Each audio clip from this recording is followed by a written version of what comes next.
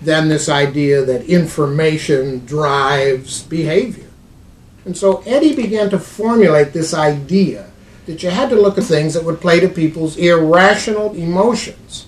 And you see, that moved Eddie immediately into a different category from other people in his field and most government officials and managers of the day who thought if you just hit people with all this factual information, they would look at that and say, oh, of course. And Eddie knew that was not the way the world worked. Bernays set out to experiment with the minds of the popular classes.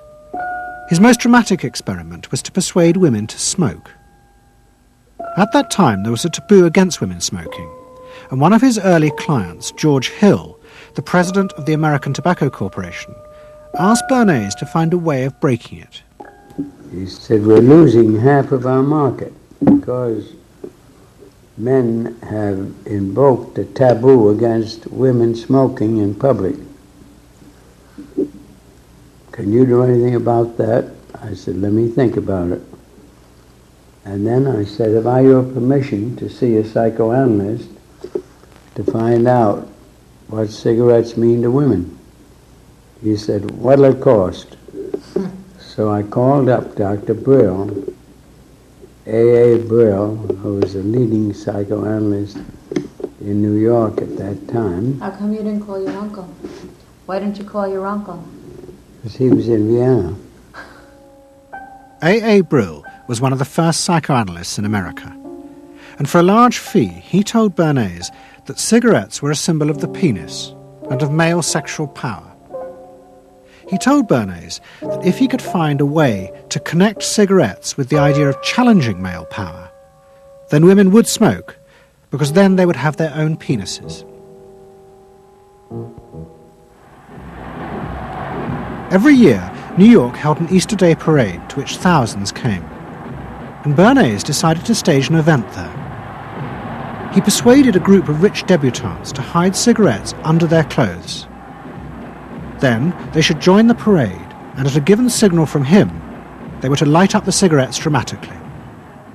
Bernays then informed the press that he had heard that a group of suffragettes were preparing to protest by lighting up what they called torches of freedom. He knew this would be an outcry, and he knew that all of the photographers would be there to capture this moment.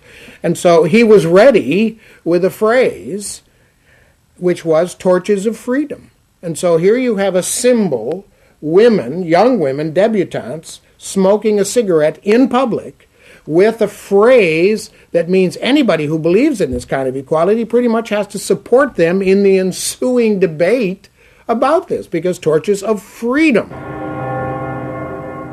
I mean, what's on all American coins? It's liberty. She's holding up the torch, you see? And so all of this is there together. There's emotion, there's memory, there's a rational phrase, even though it's using a lot of emotional elements. It's a phrase that works in a rational sense.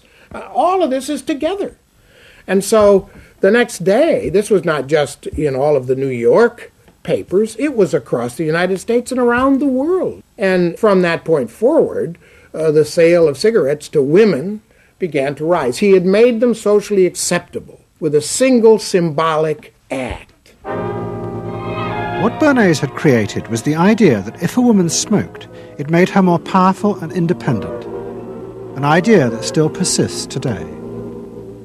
Embrace me, my sweet embrace. It made him realize that it was possible to persuade people to behave irrationally if you link products to their emotional desires and feelings.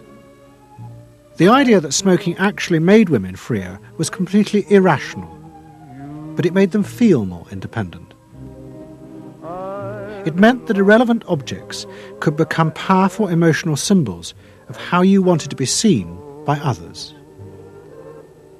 Eddie Bernays saw the way to sell product was not to sell it to your intellect, that you ought to buy an automobile, but that you will feel better about it if you have this automobile. I think he originated that idea, that they weren't just purchasing something, but they were engaging themselves emotionally or personally in the product or service.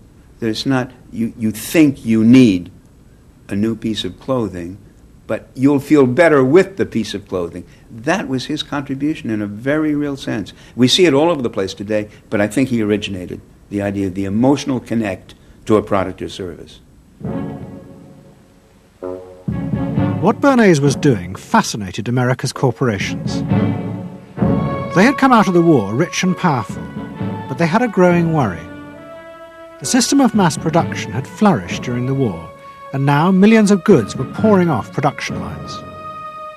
What they were frightened of was the danger of overproduction, that there would come a point when people had enough goods and would simply stop buying. Up until that point, the majority of products were still sold to the masses on the basis of need. While the rich had long been used to luxury goods, for the millions of working-class Americans, most products were still advertised as necessities. Goods like shoes, stockings, even cars were promoted in functional terms for their durability. The aim of the advertisements was simply to show people the product's practical virtues, nothing more.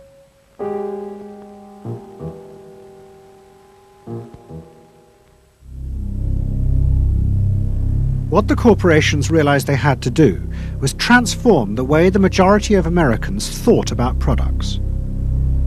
One leading Wall Street banker, Paul Mazur of Lehman Brothers, was clear about what was necessary.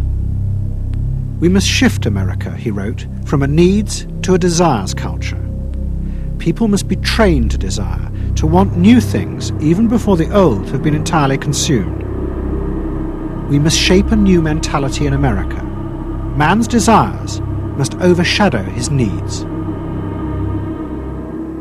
Prior to that time, there was no American consumer. There was the American worker, and there was the American owner, and they manufactured and they saved and they ate what they had to, and the people shopped for what they needed. And while the very rich may have bought things they didn't need, most people did not. And Mazur envisioned a break with that, where you would have things that you didn't actually need, but you wanted, as opposed to needed. And the man who would be at the center of changing that mentality for the corporations was Edward Bernays. Bernays really is the guy within the United States, more than anybody else, who sort of brings to the table psychological theory as something that is an essential part of how, from the corporate side, of how we are going to appeal to the masses effectively. And the whole sort of merchandising establishment and sales establishment is ready for Sigmund Freud. I mean, they are ready for understanding what motivates the human mind. And so that there's this real openness to Bernays' techniques being used to sell products to the masses.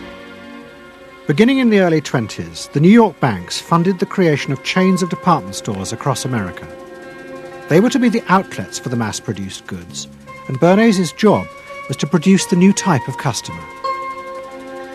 Bernays began to create many of the techniques of mass consumer persuasion that we now live with. He was employed by William Randolph Hearst to promote his new women's magazines, and Bernays glamorized them by placing articles and advertisements that linked products made by others of his clients to famous film stars like Clara Bow, who was also his client. Bernays also began the practice of product placement in the movies, and he dressed the stars at the film's premieres with clothes and jewellery from other firms he represented. He was, he claimed, the first person to tell car companies they could sell cars as symbols of male sexuality. He employed psychologists to issue reports that said products were good for you and then pretended they were independent studies. He organised fashion shows in the department stores and paid celebrities to repeat the new and essential message: you bought things not just for need, but to express your inner sense of yourself to others. There's a psychology of dress. Have you ever thought about it? How it can express your character?